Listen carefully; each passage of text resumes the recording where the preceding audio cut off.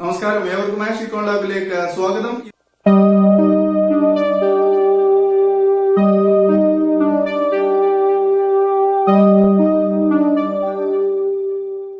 +1 commerce humanities വിഷയങ്ങൾ പഠിച്ചുകൊണ്ടിരിക്കുന്ന വിദ്യാർത്ഥികൾക്കായി സമർപ്പിക്കുന്നു ഇക്കണോമിക്സിന്റെ ഇംപ്രൂവ്മെന്റ് എക്സാമുമായി ബന്ധപ്പെട്ട വീഡിയോ.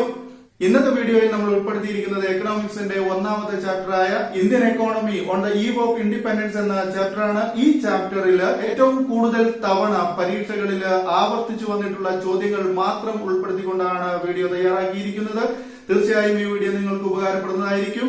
ഇന്നത്തെ വീഡിയോയിൽ നമ്മൾ ഉൾപ്പെടുത്തിയിരിക്കുന്നത് ബ്രിട്ടീഷ് റൂളേഴ്സ് ഇന്ത്യയിൽ നടപ്പിലാക്കിയിട്ടുള്ള ഇക്കണോമിക് പോളിസിയും അതുപോലെ തന്നെ സ്റ്റാഗ്നന്റ് ഓഫ് ഇന്ത്യൻ അഗ്രികൾച്ചർ, ഇങ്ങനെയുള്ള രണ്ട് ടോപ്പിക്കുകളാണ് ഉൾപ്പെടുത്തിയിരിക്കുന്നത്. എല്ലാവർക്കും വീഡിയോ ഉപകാരപ്പെടുമെന്ന് തീർച്ചയായും നിങ്ങൾ വീഡിയോ മുഴുവനായി കാണുക.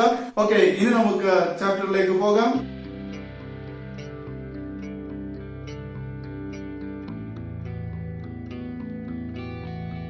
ബ്രിട്ടീഷുകാരുടെ സാമ്പത്തിക നയത്തിന്റെ ലക്ഷ്യങ്ങൾ എന്തെല്ലാമായിരുന്നു എന്നാണ് ഒന്നാമത്തെ ടോപ്പിക്കിൽ നമ്മൾ കാണാൻ പോകുന്നത്. ഈ ചോദ്യം നിങ്ങൾക്ക് 2 മാർക്കിനാണ് ചോദിക്കുന്നത്. കാരണം ഇതിൽ 2 പോയിന്റ് ആണ് നമ്മൾ എഴുതേണ്ടതുള്ളൂ. 2 പോയിന്റ് വളരെ സിമ്പിൾ ആയി നമുക്ക് പഠിക്കാവുന്നതാണ്. നമുക്ക് നോക്കാം എന്തൊക്കെയാണ് ബ്രിട്ടീഷുകാർ ഇന്ത്യയിൽ നടപ്പിലാക്കിയ സാമ്പത്തിക നയങ്ങൾ. 1. To use India as a source of raw material. To use India as a source of raw material എന്ന് പറഞ്ഞാൽ എന്താണ്? To use India, ഇന്ത്യയെ ഉപയോഗിക്കുക. To use India as a source of raw material. എന്തിനു വേണ്ടിയിട്ടുള്ള? റോ മെറ്റീരിയലിന് വേണ്ടിയിട്ടുള്ള, അതായത് അസംസ്കൃത വസ്തുക്കൾക്ക് വേണ്ടിയുള്ള ഒരു സോഴ്സ് എന്ന നിലയിൽ ഇന്ത്യയെ ഉപയോഗിക്കുക. റോ മെറ്റീരിയലിന് വേണ്ടിയുള്ള, അസംസ്കൃത വസ്തുക്കൾക്ക് വേണ്ടിയുള്ള ഒരു ഉറവിടം, അസംസ്കൃത വസ്തുക്കൾക്ക് വേണ്ടിയുള്ള ഒരു ഉറവിടം എന്ന നിലയിൽ ആരുപയോഗിക്കുന്നു? ഇന്ത്യയെ ഉപയോഗിക്കുന്നു. അപ്പൊ ബ്രിട്ടീഷുകാർ ഇന്ത്യയിൽ നടപ്പിലാക്കിയ സാമ്പത്തിക നയത്തിന്റെ ഒന്നാമത്തെ ലക്ഷ്യം എന്ന് പറയുന്നത് എന്തായിരുന്നു? To use India as a source of raw material. ഇന്ത്യയെ അസംസ്കൃത വസ്തുക്കൾക്കുള്ള ഉറവിടമാക്കി മാറ്റുക എന്നുള്ളതായിരുന്നു ഒന്നാമത്തെ ലക്ഷ്യം. രണ്ടാമത്തെ ഒബ്ജക്റ്റീവ്സ് എന്ന് പറയുന്നത് to convert India into a market. To convert India into a market. ഇന്ത്യയെ ഒരു മാർക്കറ്റ് ആക്കി കൺവേർട്ട് ചെയ്യുക, ഇന്ത്യയെ ഒരു മാർക്കറ്റ് ആക്കി മാറ്റുക. ഓക്കെ, അപ്പോൾ ബ്രിട്ടീഷുകാർ ഇന്ത്യയിൽ നടപ്പിലാക്കിയ സാമ്പത്തിക നയത്തിന് 2 ലക്ഷ്യങ്ങളാണ് ഉണ്ടായിരുന്നത്. സാമ്പത്തിക നയം എന്ന് പറയുന്നത് മനസ്സിലാക്കുക, ഇക്കണോമിക് പോളിസിയാണ്. ആ ഇക്കണോമിക് പോളിസിക്ക് 2 ലക്ഷ്യങ്ങളാണ്, ഒബ്ജക്റ്റീവ്സ് ആണ് ഉണ്ടായിരുന്നത്. ഒന്നാമത്തെ ഒബ്ജക്റ്റീവ്സ് എന്ന് പറയുന്നത് to use India as a source of raw material. ഇന്ത്യയെ അസംസ്കൃത വസ്തുക്കൾക്കുള്ള ഉറവിടമാക്കി മാറ്റുക. രണ്ടാമത്തേത് to convert India into a market. To convert India into a market. ഇന്ത്യയെ ഒരു മാർക്കറ്റ് ആക്കി മാറ്റുക. ക്ലിയർ അല്ലേ? അപ്പൊ ഇപ്പോൾ തന്നെ കാര്യങ്ങൾ പഠിച്ചു പോവുക. എന്തായിരുന്നു ചോദ്യം? ഈ ചോദ്യം നിങ്ങൾക്ക് എങ്ങനെയാണ് വരിക? 2 മാർക്കിന്റെ ചോദ്യമാണ്. ശ്രദ്ധിക്കണം, 2 മാർക്കല്ലേ എന്ന് പറഞ്ഞ് തള്ളിക്കളയരുത്. ശ്രദ്ധിച്ചു പഠിക്കുക. സ്ഥിരമായിട്ട് ക്വസ്റ്റ്യൻ പേപ്പറിൽ കാണുന്നതാണ്. നിങ്ങൾക്ക് വിശ്വാസമില്ലെങ്കിൽ പ്രീവിയസ് ക്വസ്റ്റ്യൻ പേപ്പേഴ്സ് നിങ്ങൾ കളക്ട് ചെയ്ത് ചെക്ക് ചെയ്യുകയാണെങ്കിൽ തീർച്ചയായും നിങ്ങൾക്ക് ഏറ്റവും കൂടുതൽ ഈ ചാപ്റ്ററിൽ നിന്ന് ഏറ്റവും കൂടുതൽ ആവർത്തിച്ച് ചോദിച്ചിട്ടുള്ള ഒരു ചോദ്യമായിട്ട് നിങ്ങൾക്ക് ഇതിനെ കാണാൻ സാധിക്കും. ഈ ചോദ്യം എങ്ങനെയാണ് ചോദിക്കുക? The economic policy of British in India had 2 main objectives. What were they? ചോദ്യം ക്ലിയർ അല്ലേ? എന്താണ് ചോദ്യം? ചോദിക്കുന്ന രീതി ഇതാണ്. The economic policy of British in India had 2 main objectives. What were they? ബ്രിട്ടീഷുകാർ ഇന്ത്യയിൽ നടപ്പിലാക്കിയ സാമ്പത്തിക നയത്തിന് 2 ലക്ഷ്യങ്ങളാണ് ഉണ്ടായിരുന്നത്. ആ 2 ലക്ഷ്യങ്ങൾ എന്തെല്ലാമാണെന്നാണ് ചോദ്യം. ഓക്കെ, ആ 2 ലക്ഷ്യങ്ങൾ നമ്മളിവിടെ വ്യക്തമായിട്ട് പറഞ്ഞു കഴിഞ്ഞു. ഒന്നാമത്തെ ലക്ഷ്യം എന്താണ്? To use India as a source of raw material. ഇന്ത്യയെ അസംസ്കൃത വസ്തുക്കൾക്കുള്ള ഉറവിടമാക്കി മാറ്റുക. രണ്ടാമത്തെ പോളിസി എന്താണ്?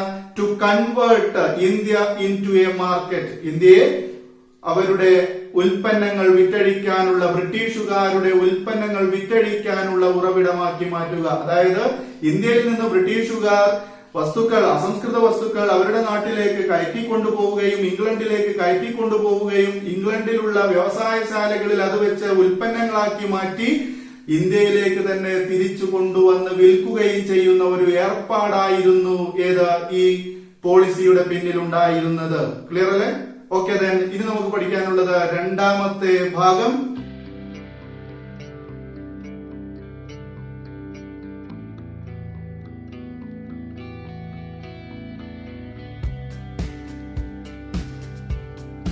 സ്റ്റാഗ്നേഷൻ ഓഫ് അഗ്രികൾച്ചർ, അതായത് കാർഷിക മേഖലയിലെ സ്തംഭനാവസ്ഥ.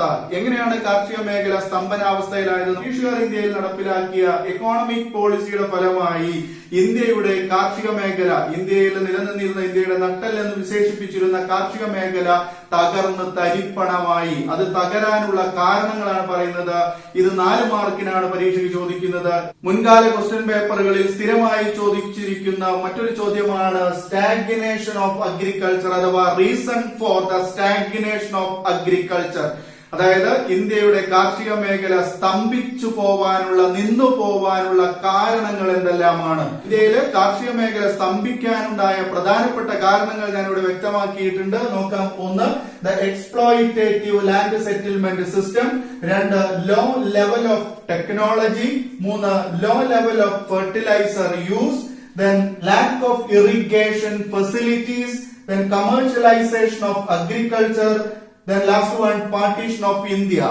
Okay, ഇത്രയും കാരണങ്ങൾ കൊണ്ടാണ് ഇന്ത്യയുടെ കാർഷിക മേഖല സ്തംഭിച്ചത്. ഓക്കെ, അപ്പൊ ഇത് ഏതെല്ലാമാണ്, അല്ലെങ്കിൽ ഇന്ത്യയുടെ കാർഷിക മേഖല സ്തംഭിക്കാനുണ്ടായ പ്രധാനപ്പെട്ട കാരണങ്ങളെ നമ്മൾ വിശദമായിട്ട് മനസ്സിലാക്കാൻ പോകുന്നു. ഒന്നാമത്തേത് the exploitative land settlement system, അതായത് ചൂഷണാത്മകമായ ഭൂവുടമ സമ്പ്രദായം. The exploitative land settlement system. Okay, ഒന്നാമത്തെ പോയിന്റ് എന്താണ്? ചൂഷണാത്മകമായ ഭൂവുടമ സമ്പ്രദായം. ഓക്കെ, ചൂഷണാത്മകമായ ഭൂവുടമ സമ്പ്രദായം വ്യക്തമായിട്ട് മനസ്സിലാക്കുക. രണ്ടാമത്തത് ലോ ലെവൽ ഓഫ് ടെക്നോളജിയാണ്.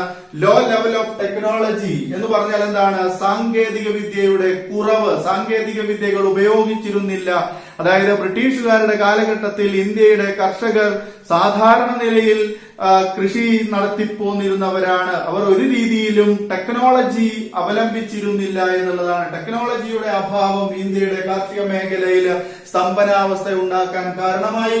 മൂന്നാമത്തത് low level of fertiliser use, അതായത് രാസവളങ്ങളോ കീടനാശിനികളോ ഉപയോഗിച്ചിരുന്നില്ല. മൂന്നാമത്തെ point low level of fertiliser use, അതായത് രാസവളങ്ങളുടെ കുറഞ്ഞ ഉപയോഗം. നാലാമത്തേത് ലാക്ക് ഓഫ് ഇറിഗേഷൻ ഫെസിലിറ്റീസ്, ജലസേചന സൗകര്യങ്ങളുടെ അഭാവം. ജലസേചന സൗകര്യങ്ങൾ തീരെ ഉണ്ടായിരുന്നില്ല. കാർഷിക മേഖലയെ സമ്പുഷ്ടമാക്കണമെങ്കിൽ അവിടെ ജലസേചന സൗകര്യങ്ങൾ അനിവാര്യമാണ്. ജലസേചന സൗകര്യത്തിന്റെ അഭാവം നിലനിരുന്നു ബ്രിട്ടീഷുകാർ ഇന്ത്യ ഭരിച്ചുകൊണ്ടിരുന്ന കാലഘട്ടത്തിൽ. അതുപോലെ മറ്റൊരു കാരണം പറയുന്നത് കമേഴ്ഷ്യലൈസേഷൻ ഓഫ് അഗ്രികൾച്ചർ ആണ്. അതായത് കാർഷിക മേഖലയുടെ കമേഴ്ഷ്യലൈസേഷൻ. എന്താണ് കമേഴ്ഷ്യലൈസേഷൻ എന്ന് പറഞ്ഞാല്? വാണിജ്യവൽക്കരണം. കമേഴ്ഷ്യലൈസേഷൻ എന്താണ്? വാണിജ്യവൽക്കരണം. ഓക്കെ, കൃഷി എന്താക്കി മാറ്റി? വാണിജ്യമാക്കി, കച്ചവട രൂപത്തിലേക്ക് മാറ്റി. അതായത് ഉപജീവന മാർഗം എന്ന രീതിയിൽ നിന്ന് കൃഷിയെ വാണിജ്യവൽക്കരിക്കപ്പെട്ടപ്പോൾ, അതായത് ഭക്ഷ്യവസ്തുക്കൾക്ക് പകരം നാണ്യവിളകൾ കൃഷി ചെയ്തു തുടങ്ങിയപ്പോൾ അവിടെ എന്തുണ്ടായി? കാർഷിക മേഖലയിലെ സ്തംഭനാവസ്ഥ ഉണ്ടായി. അതുപോലെ തന്നെ മറ്റൊരു പോയിന്റ് ആണ് പാർട്ടീഷൻ ഓഫ് ഇന്ത്യ. ഇന്ത്യയുടെ വിഭജനം. ഇന്ത്യ വിഭജനം 1947 ഇന്ത്യയെ വിഭജിച്ചു കഴിഞ്ഞപ്പോൾ എന്താ സംഭവിച്ചത്? അതായത് കൃഷി ചെയ്യുന്ന ഒരുപാട് ഭൂപ്രദേശങ്ങൾ പാകിസ്ഥാനിലോട്ട് പോയി. അത് ഇന്ത്യയുടെ കാർഷിക മേഖലയിലെ സ്തംഭനാവസ്ഥയ്ക്ക് കാരണമായപ്പോൾ പ്രത്യേകം പഠിച്ചു ചോദ്യം ചോദിക്കുന്നത് ഇങ്ങനെയാണ്: What are the reasons for the stagnation of agriculture in India? ഇന്ത്യയുടെ കാർഷിക മേഖല സ്തംഭിക്കാനുണ്ടായ പ്രധാന കാരണങ്ങൾ വിവരിക്കുക, അല്ലെങ്കിൽ explain the reason for the stagnant of agriculture in India തുടങ്ങിയുള്ള രീതിയിലാണ് ചോദ്യങ്ങൾ ചോദിക്കുക. വെറും 4 മാർക്കിനാണ് ചോദ്യം വരുന്നത്. 4 മാർക്കിന് 4 പോയിന്റ് നിങ്ങൾ പഠിച്ചാൽ മതി. ഇവിടെ നമ്മൾ 6 പോയിന്റ് എഴുതി വെച്ചിട്ടുണ്ട്. തീർച്ചയായും നിങ്ങൾക്ക് ഈ ഭാഗം ഞാൻ വ്യക്തമാക്കി തരാം. ഒന്നാമത്തെ point the exploitative land settlement system ആണ്. അതായത് ഇന്ത്യയിലെ ചൂഷണാത്മകമായ ഭൂവുടമ സമ്പ്രദായം. ഇത് ഇന്ത്യക്കാരായിട്ട് ക്രിയേറ്റ് ചെയ്യപ്പെട്ടതല്ല. ബ്രിട്ടീഷുകാർ ഇന്ത്യയിൽ നടപ്പിലാക്കിയ സാമ്പത്തിക നയത്തിലൂടെ ഇന്ത്യയിലെ ജനങ്ങളെ ഭിന്നിപ്പിക്കുക എന്ന ലക്ഷ്യത്തോടു കൂടിയിട്ട് നടപ്പിലാക്കിയ നയങ്ങളാണിത്. അതിന്റെ ഒന്നാമത്തെ പടിയാണ് കാർഷിക മേഖലയെ സ്തംഭിപ്പിക്കുക എന്നുള്ളത്. ഓക്കെ, അപ്പൊ ഇന്ത്യയിലെ കാർഷിക മേഖല സ്തംഭിക്കാൻ അല്ലെങ്കിൽ നശിച്ചു പോകാനുണ്ടായ കാരണങ്ങൾ ഇവിടെ 6 കൊടുക്കുന്നു. ഒന്നാമത്തേത് ക്ലിയർ ചെയ്ത് പഠിക്കുക. ഒന്നാമത്തേത് the exploitative land settlement system. എന്താണ് എക്സ്പ്ലോയിറ്റേറ്റീവ് ലാൻഡ് സെറ്റിൽമെന്റ് സിസ്റ്റം എന്ന് പറഞ്ഞാൽ? അതായത് ഭൂവുടമ സമ്പ്രദായം നടപ്പിലാക്കി. എങ്ങനെയുള്ള ഭൂവുടമ സമ്പ്രദായമാണ്?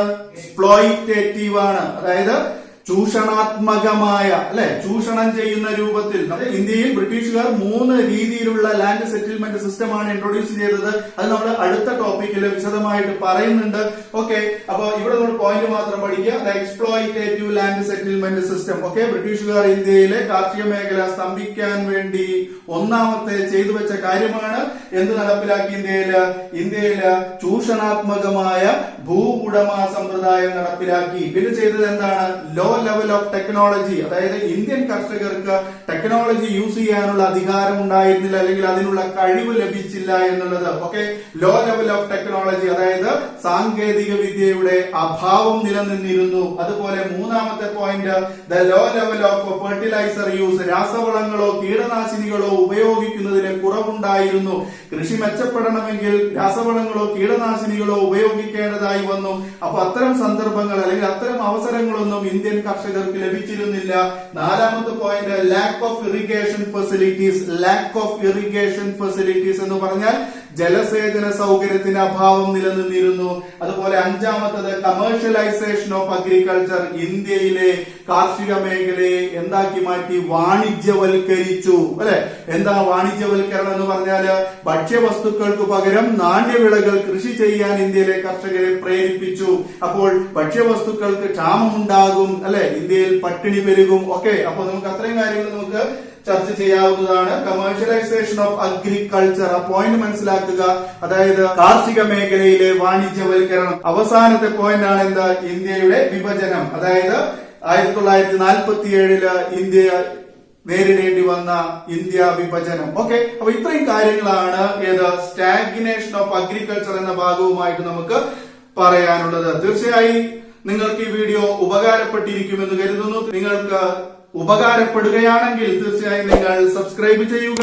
അതോടൊപ്പം തന്നെ കാണുന്ന ബെല്ലൈക്കൺ ഓൾ എനേബിൾ ചെയ്യുക. പുതുതായി വരുന്ന എല്ലാ വീഡിയോസും നിങ്ങൾക്ക് നോട്ടിഫിക്കേഷനായി ലഭിക്കുന്നതായിരിക്കും. ഇഷ്ടപ്പെട്ടാൽ തീർച്ചയായും നിങ്ങൾ ലൈക്ക് ചെയ്യാൻ മറക്കരുത്. നിങ്ങളുടെ സുഹൃത്തുക്കളുമായി വീഡിയോ ഷെയർ ചെയ്യുക. അവർ കൂടി പഠിക്കട്ടെ. ഓക്കെ, നിങ്ങളുടെ വിലയേറിയ കമന്റ്സുകൾ രേഖപ്പെടുത്തുക. ഓക്കെ സ്റ്റുഡൻസ്, ഇനി നമുക്ക് വീണ്ടും പുതിയൊരു വീഡിയോയുമായി കണ്ടുമുട്ടാം. അതുവരേക്കും എല്ലാവർക്കും നന്ദി, നമസ്കാരം.